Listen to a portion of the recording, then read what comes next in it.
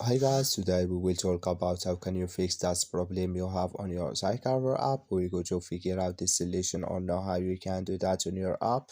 So all you have to do, so you just click here on settings here. So and you come to next step, then all you have to do now, so you just go down here.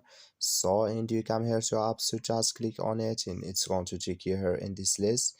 Then you just go down here to looking for your ZArchiver app, so just keep going down here.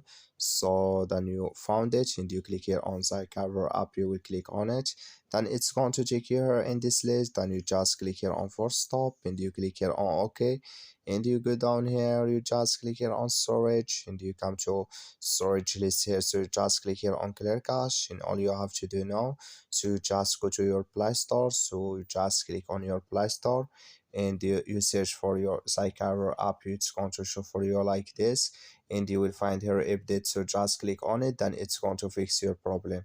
So that's all you have to do. Thank you for watching. Don't forget to support us by liking, subscribe.